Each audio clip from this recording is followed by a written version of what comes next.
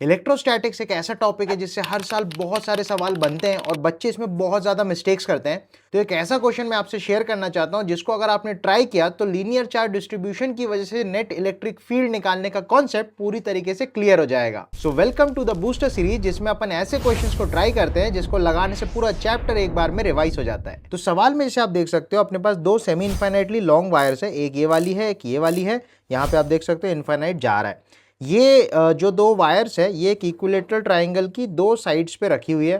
तो अपन बोल सकते हैं इक्विलेटरल ट्राइंगल है तो ये 60 डिग्री हो जाएगा, ये भी 60 हो जाएगा और ये भी 60 हो जाएगा। इक्विलेटरल ट्राइंगल की साइड अपन को ए और ये पूरी ए अपन को दे रखी है।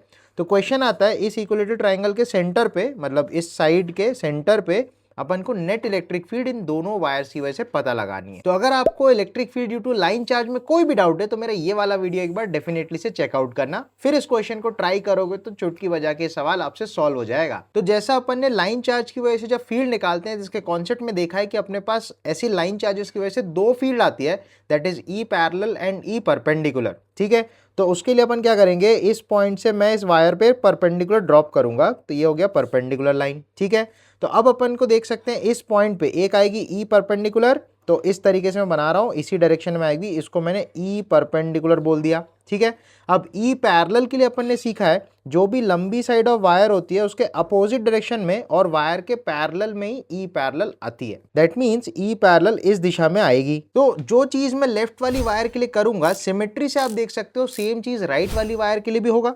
राइट वाली वायर के लिए भी अपन एक परपेंडिकुलर ड्रॉप करेंगे, उससे एक ई परपेंडिकुलर इधर पे आएगी और एक ई पैरेलल इस दिशा में आएगी। सो यहां से अपन ये बोल सकते हैं लेफ्ट वाली वायर की वजह से जैसे जो ई पैरेलल है वो जो भी एंगल वर्टिकल से बनाएगा, वही सेम एंगल राइट वाली वायर की भी ई पैरेलल बनाएगी वर्टिकल से। सेम कहानी है, जो राइट वाली वायर है उसकी जो ई परपेंडिकुलर होगी वो सेम लेफ्ट वाली वायर की ई परपेंडिकुलर जैसी ही होगी सिमेट्रिक। तो ये एंगल और ये एंगल सेम हो जाएगा। तो ये चारों फील्ड्स को हम इस पॉइंट पे जब बनाएंगे, सुपर इंपोज करेंगे, फिर उसका रिजल्टेंट अपन इजीली निकाल सकते हैं। अब मुद्दा ये आता है कि जब भी अपने को ई पैरेलल और ई परपेंडिकुलर फाइंड आउट करना होता है तो उसमें अपन को दो एंगल्स चाहिए होते हैं, और ये दो एंगल्स वो होते हैं जो ये वायर इस पॉइंट पे सबटेंड कर रहा है। तो एक एंगल तो ये वाला बनेगा और दूसरा सेमी इनफाइनाइट है तो इस तरफ में 90 डिग्री बनेगा। सही बात है। तो अब अगर अपन एंगल का जुगाड़ लगाएं तो अपन को पता है कि ये पूरा ऊपर का एंगल 60 है तो आधा एंगल 30 डिग्री हो जाएगा। सही है, ये एंगल 60 डिग्री है, ये सब अपन को पता है। तो ट्राइंगल में आप देखो यहाँ पे 30 डिग्री बन रहा है, यहाँ पे 90 डिग्री है, तो यहाँ पे 60 डिग्री होगा। तो एक एंगल तो अपने पास यार आ ही गया कि 60 डिग्री, ये वायर जो है एक एंगल यहाँ पे 60 डिग्री सबटेंड कर रही है और दूसरा यहाँ पे 90 डिग्री था इनफाइनाइट वजह से, राइट। तो अपने को दोनों एंगल मिल गए, एक एंगल 60 है और एक एंगल 90 है।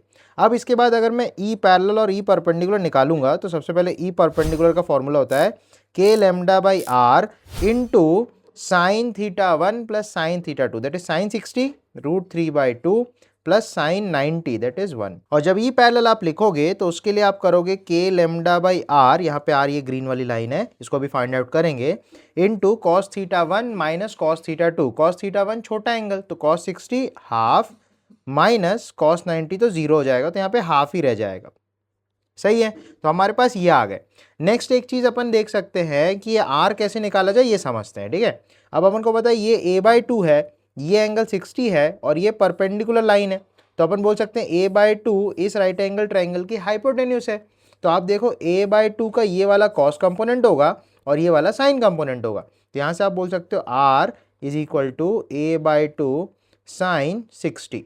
तो r की वैल्यू हो जाएगी a√3/4।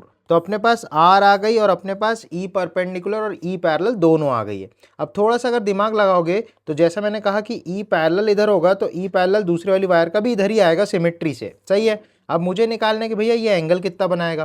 तो आप सोचो ये ग्रीन लाइन से ये ब्लैक वाली लाइन जो है वो परपेंडिकुलर है, तो ये एंगल 60 होगा तो ये एंगल 30 हो जाएगा। ठीक है, तो E पैरेलल की अगर मैं बात करूँ, E पैरेलल इधर लग रही है तो अपन बोल सकते हैं E पैरेलल पहली वाली वायर की जो है वो वर्टिकल से 30 डिग्री बना रही है, तो इधर वाली भी जो ई पैरेलल आएगी, मतलब राइट वाली वायर की वजह से भी जो ई पैरेलल आएगी वो भी यहाँ पे 30 डिग्री बनाएगी। नेक्स्ट अब नीचे ई परपेंडिकुलर की बात करते हैं। ठीक है, ये एंगल 60 डिग्री है तो ये एंगल भी 60 डिग्री हो जाएगी। सही बात है, वर्टिकली अपोजिट एंगल।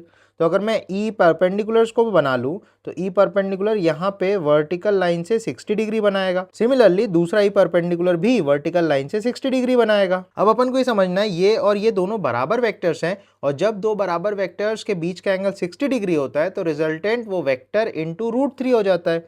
तो अपन ये बोल सकते हैं ई पैरेलल का जो भी रिजल्टेंट आएगा वो आएगा ई पैरेलल इंटू √3 टाइम्स। सही है। इसी तरीके से नीचे ई परपेंडिकुलर में सोचो, दो बराबर वेक्टर जब 120 डिग्री में होते हैं तो रिजल्टेंट सेम ही होता है, तो आप बोलोगे ई परपेंडिकुलर का रिजल्टेंट भी ई परपेंडिकुलर ही होगा।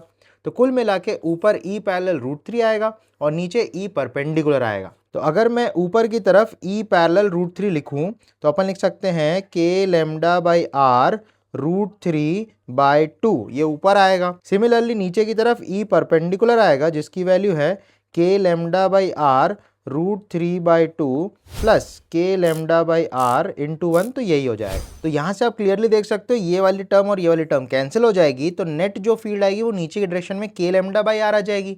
और ये जो के लैम्डा बाई आर है इसमें आर की वैल्यू अपन ने ऑलरेडी निकाल रखी है, तो जो फाइनल आंसर होगा वो अपन बोल सकते हैं नीचे की डायरेक्शन में नेट फील्ड आएगी वो होगी के लैम्डा अपॉन ए √3/4, 4 कूद के ऊपर चला जाएगा। सो ऐसे करके अपन इसमें नेट फील्ड पता कर सकते हैं। तो आप देख सकते हैं इस टाइप के क्वेश्चंस भी जेईई एडवांस में आ सकते हैं, तो इसकी तैयारी करना आपके लिए बहुत ज़्यादा इंपॉर्टेंट है।